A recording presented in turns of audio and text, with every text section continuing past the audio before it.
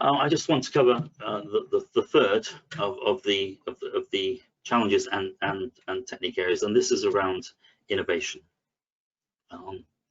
We are entertained daily with tales of IT innovation leading to organizations to charge forward with new services, new business opportunities, and indeed new businesses. And IT is undoubtedly one of the most innovative areas in business. There, I saw a recent listing of innovative companies around the world. I think it was in Fortune, and the number, you'd expect Apple and Google and so on to be close to the top as they were, but the number which are IT companies is quite extraordinary. So I think it's just worth reminding ourselves that almost all innovations, whether they're IT or otherwise, go through this kind of curve, where innovators adopt it, others come in later.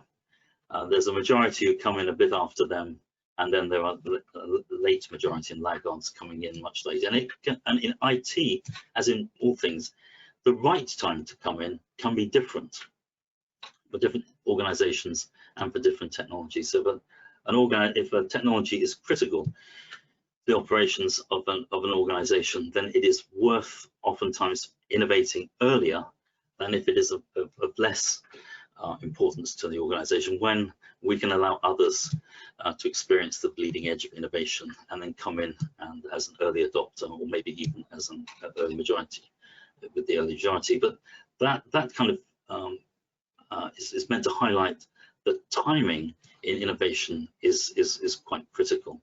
And so paradoxically, I'm going to suggest from my work that we actually want to stimulate demand for innovation, but stimulate demand for the right type of innovation.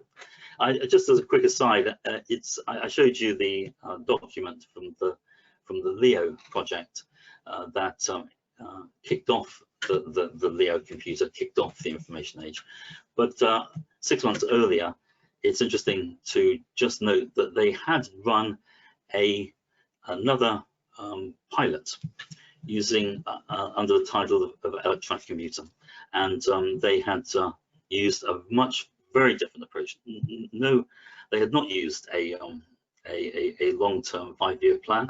Indeed, they had nothing more than a 3-month plan, and a very small budget, £550 a day. It's actually 15k in today's money. They borrowed equipment and used military surplus equipment, and all of this was to try and do some early experiments in parallel with looking at what the business use cases might be, and looking at an existing working computer at Cambridge called EDSAC. But they occupied an empty building, and they focused particularly on learning.